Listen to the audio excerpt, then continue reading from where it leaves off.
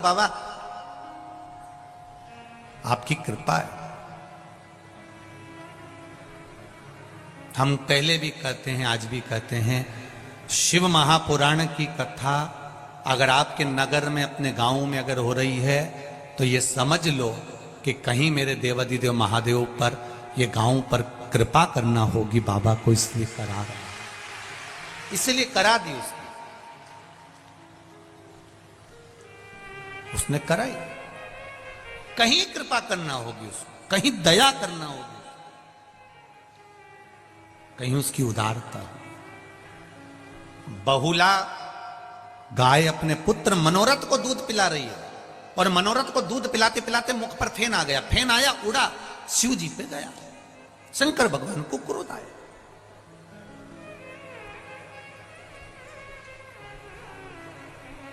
शिव जी को क्रोध आया तो शंकर भगवान ने मनोरथ को मारने के लिए त्रिशूल उठाया। इतने में बहुला गाय को लगा कि मेरा बेटा मर जाएगा, मेरा बेटा मर जाएगा। गौ माता जैसी दुनिया में कोई मां नहीं। भगवान ने उसके स्तन में दूध दिया है तो उसके बच्चों के लिए दिया है कि तेरे जो बच्चे होंगे, बछड़ा बछड़ी होंगे, ये दूध तेरे बच्चे के लिए दिया है। पर गौ माता के बछड़े को तो केवल मुंह लगाया जाता है, खींच कर उसके पास में बांध दिया जाता है और पूरा दूध उस बछड़े के सामने निचोड़ निचोड़ के निकाल लिया जाता है। तो भी गौ माता कभी नहीं कहती कि मेरा दूध मेरे बछड़े के लिए है और तुम पी रहे हो, कभी नहीं कहती। फिर गाय क्या करती है? जब ग्वाला पूरा दूध दोह लेता है तो गाय उसमें से थोड़ा सा दूध अपने बछड़े के लिए अपने थन में बचा लेती है। अपने बछड़े के लिए गाय दूध अपने थन में बचा लेती है। ग्वाला इतना चतुर होता है, बछड़े को वापिस छोड़ देता है। बछड़े को वापिस छोड़ा, फिर उसने मुंह लगाया, गाय ने फिर दूध नीचे करा, इतने में बछड़ा फिर हटाया, ग्वाले ने फिर दूध निचोड़ लिया, फिर निचोड़। कितना देती है गौ माता, कितना।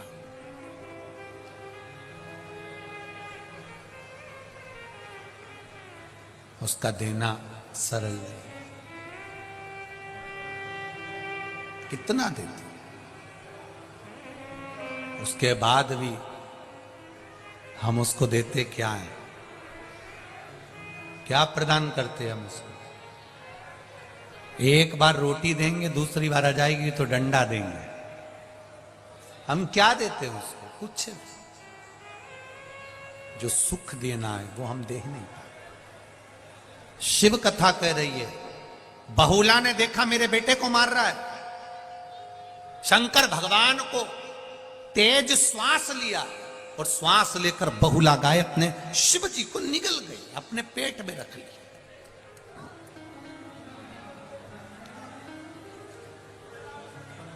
दो माता ने शंकर भगवान को निगला था और वो भी अपनी औलाद के लिए, अपनी संतान के लिए निगला। बहुला गाय शिवजी को निगली तो अपनी औलाद के लिए, अपनी संतान के लिए है। और पार्वती मैया भी भगवान शंकर को निगल गई थी केवल अपनी संतान के लिए, केवल अपनी संतान के लिए। जगत में ऐसी कोई मां नहीं है जो बेटे को बद्दुआ देती हो, और देती भी होगी ना, कोसती भी होगी। जब जब बहुओं से झगड़ा होता है ना तो सास कह देती आड़ा टेढ़ा, बोल देती अपशब्द। तो बहुओं को बुरा नहीं मानना चाहिए कि सास ने पति से कह दिया, पत्नी ने, देखो तुम्हारी मम्मी ने तुमको अपशब्द कहा, तुम्हारी मम्मी ने तुमको आड़ा टेढ़ा कहा, तुम्हारी मम्मी तो तुमको कोस रही है, तुम्हारी मम्मी तुम्हें कोस रही है। बेटे को बुरा नहीं मानना चाहिए, ना बहू को। क्योंकि मां अगर बेटे को कोसती भी है ना, अपशब्द भी कहती है ना, तो हो सकता है उसको कोई बड़ी बीमारी आने वाली होती है, वो कट जाती है केवल मां के कहने से।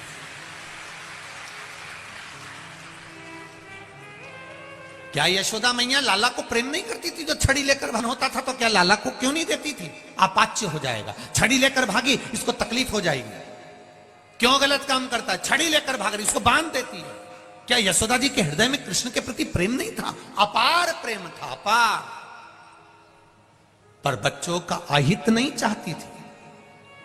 मेरा भी मेरी मां से निवेदन है, अपने बच्चे को खूब प्रेम करो, दिल से प्रेम करो। दुनिया के सारे तारे तोड़कर तुम अपनी औलाद को दे दो, मना नहीं है। पर एक निवेदन है, अपने बच्चों को तारों के साथ में संस्कार जरूर दे दो। देव तोड़ करता है और उसके साथ में संस्कार दीजिए। अपने बच्चों को ज्ञान दीजिए, संस्कार दीजिए। उत्तम ज्ञान देने का प्रयास कीजिए कि मेरा बच्चा भी रोज मंदिर जाए। छोटे छोटे बच्चे स्कूल जाने से पहले उनके हाथ में लोटा पकड़ा दो, जाओ मंदिर जाओ, जल्दी आना, घर के पास में मंदिर है। और मेरा विश्वास कहता है, मैं कानपुर में ज्यादा आया नहीं हूं, पहली बार अपनी जिंदगी में पहली बार कानपुर आया हूं, जीवन में पहली बार। और मेरा विश्वास कहता है कि कानपुर में भी आप जितनी जगह से आए हो ना कथा सुनने के लिए, जहां जहां से आए हो, ये मेरा विश्वास कहता है, मुझे तो मालूम नहीं पर मेरा विश्वास कहता है कि जहां आप रहते होगे, आपके घर से कुछ कुछ दूरी पर, 50-500 मीटर की दूरी पर, या 1 किलोमीटर या 200 मीटर या 100 मीटर या 4 घर छोड़ के या 8 घर छोड़ के, आगे पीछे दाएं बाएं में कहीं ना कहीं शंकर का मंदिर तो जरूर होगा। ये मेरा दिल का, ये मेरा हृदय कहता है, शिव मंदिर जरूर होगा। कहो बच्चों से, जा बेटा 1 लोटा पानी लेकर जा, जाओ जल लेकर। कल वहां दर्शन करने गए थे आनंदेश्वर, बहुत अच्छा लगा। वहां देखकर शिव जी की आराधना में नवयुवक बेटे, नवयुवक बेटियां, नवयुवक लड़के, नवयुवक बेटियां सब हाथ में लोटा ले लेकर, कोई अपने घर के लिए वापिस जा रही थी, कोई शिव मंदिर जा रही थी। देखकर इतनी प्रसन्नता हुई कि लोग अपने घर से लोटा लेकर आए हैं और जल चढ़ाकर जा रहे हैं, इसकी प्रसन्नता है। नमन करता हूं मैं काशी पीठों को और यहाँ के रहने वाले एक छोटे से छोटे झाड़ू लगाने वाले तक को मैं प्रणाम करता हूं। बड़ी प्रबलता है आपकी, बड़ी प्रबलता, ये अविरल भक्ति है।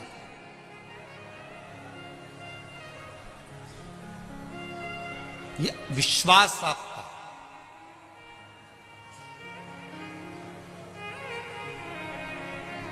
मर्यादा आपकी, आपका भरोसा, आपकी दृढ़ता शिव के प्रति है। मां कभी बुरा नहीं चाहती, मां कभी बुरा नहीं बोलती, और बोलती है तो समझ लेना कि कहीं बच्चों का हित होना होगा। कोस रही है ना, कोसने दो। मेरा बहुओं से भी निवेदन रहता है, जरा जरा सी बात में झगड़ा कर कर मायके मत जाओ, बिल्कुल मत जाओ। और ना तुम्हारे घर में झगड़ा हो रहा है तो मायके वालों को भी मत बताओ, और ना उनको उसमें बुलाओ। हो गया ना, निपटेंगे। कई लोग थोड़ा सा झगड़ा हुआ अदालत पहुंच जाते हैं, तलाक की नौबत आ जाती है, तलाक की बात होने लगती है। मेरा निवेदन है, आप जितने भी लोग बैठे हैं, लड़की की शादी के लिए ना जाने कितने लड़के देखे होंगे, और लड़के की शादी के लिए ना जाने कितनी लड़की देखी होगी। कितने लड़के तुम्हारे विवाह के लिए ना जाने कितने संबंध आए, और कितने संबंध देखे, तब जाकर तुम्हारी किस्मत में ये लिखे थे जिनसे तुम्हारा विवाह हुआ है। और कितनी लड़की देखी, तब जाकर तुम्हारी किस्मत में ये जगदम्बा लिखी थी। कितनी देखी। अब सोचो, ललाट पर अगर तुम्हारी किस्मत में ये लिखा है और तुम्हारी किस्मत में ये लिखी है, तो तुम झगड़ा कर कर तलाक ले भी लोगे ना, और दूसरी शादी कर भी लोगे, तो ये पक्का है, ये जैसा मिला है इससे दुगना भेरू मिलने वाला है, पक्का है। और भारी। इसलिए थोड़ा सा राजीनामा करना सीखो, थोड़ा सा आपस में समझौता करना सीखो। थोड़ा आपस में स्नेह करो, झगड़ो करो, थोड़ा प्रेम रखिए, थोड़ा स्नेह। लिखन वाले ने अगर दुख लिखा है तो वो दुख तो मिलेगा, चाहे तुम कुछ भी करो। बस उस दुख का एक समय होता है, वो दुख मिटने का भी एक समय होता है। ये यहां पर ये आगे जाते हो ना, ये यहां से निकले और आप लोग इधर मंदिर के लिए जाते हो, ये चौराया पड़ता है ना, इसके नीचे क्या बोलते हैं, वो ब्रिज बन रहा है मेट्रो का, वहां पर आगे जाके लाल बत्ती हरी बत्ती का चौराया है, वहां बत्ती लगी रहती है, लाल बत्ती हरी बत्ती। हमारी भी गाड़ी रुकी थी,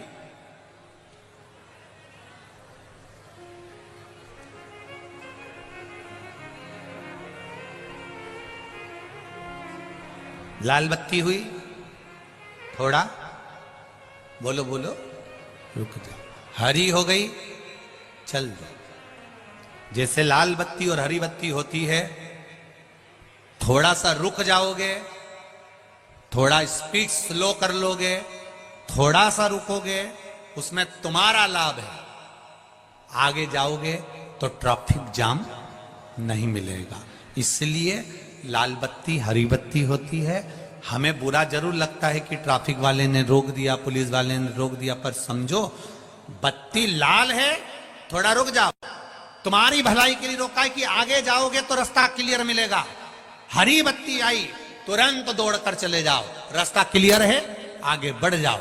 उसी तरह अगर जीवन में थोड़ा दुख आए, थोड़ा तकलीफ आए, थोड़ा कष्ट आए, घर में क्लेश आए, थोड़ा क्लेश आए, थोड़ा ना थोड़ा बीमारी आए, थोड़ा सा सब्र करना, भगवान के चरणों में बैठना, लोटा भर जल चढ़ाना, 2-3 महीना उससे भजन करना, दिल से कहना लाल बत्ती एक ना एक दिन हरी हो जाएगी और रास्ता क्लियर हो जाएगा। रास्ता क्लियर।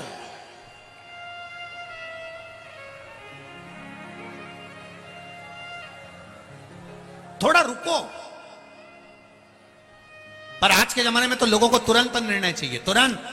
बस मैंने जल चढ़ाया और मेरा रिजल्ट आना चाहिए, मैंने बेलपत्री चढ़ाई, मेरा काम होना चाहिए। अरे भाई, कहीं जाते हो तो पहले तैयार होते हो, कथा में आते हो तो पहले तैयार होते हो। उसी तरह भजन भी पहले से करो। अगर तुम्हें लग रहा है कि तुम्हारी एग्जाम आ रही है, कंपटीशन एग्जाम आ रही है, तुम्हारा ये इंटरव्यू आने वाला है, तो 2 महीने पहले, 4 महीने पहले, 6 महीने पहले, 8 महीने पहले सियोर वाला महाराज तो चिल्ला चिल्ला के कहता, रोज टीवी पर कहता कि भजन करो, कथा सुनो, स्मरण करो। कथा सुनने का भी समय नहीं मिले तो 1 लोटा जल चढ़ाओ। मत सुनो कथा भी, 1 लोटा जल तो चढ़ाओ। थोड़ा तैयारी पहले से करो। जैसे एग्जाम देने की तैयारी पहले से करते हो, इंटरव्यू देने की तैयारी पहले से करते हो, उसी तरह भगवान के मंदिर जाने पर भी तुम्हें 1 लोटा पहले से जल चढ़ाते हुए, बेलपत्र चढ़ाते हुए चलोगे, निश्चित है वो हरी बत्ती कर ही देगा और तुझे पार लगा ही देगा, ये निश्चित है।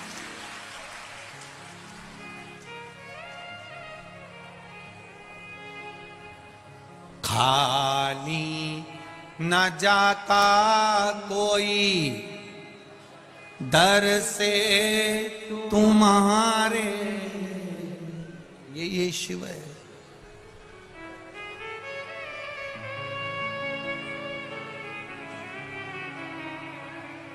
भगवान विष्णु के मंदिर में जाइए, लक्ष्मी जी बैठी हैं साथ में, नारायण भगवान सो रहे हैं, लक्ष्मी जी क्या कर रही हैं? बोलो बोलो, जम के बोलो। चरण दबा रहे हैं।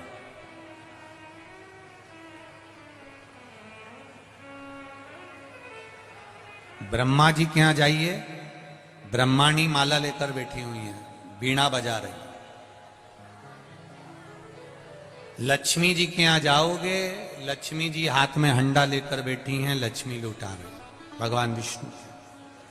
पर शंकर भगवान के यहां जाओगे तो माता पार्वती एकदम फ्री बैठी है, हाथ जोड़ के एकदम। इनके हाथ में ना बीणा है, ना कोई हंडा है, ना कोई घड़ा है। लक्ष्मी जी को देखकर, ब्रह्माणी को देखकर माता पार्वती जी ने भी शिव जी से पूछा था, मैं क्या पकड़ के बैठूं, मेरे को बताओ आप, ये मैं बीणा लूं कि हंडा लूं कि गगरा लूं कि कुछ लूं। गंगा जी को देखो तो हाथ में जल मिलता है, नर्मदा जी को तो देखो हाथ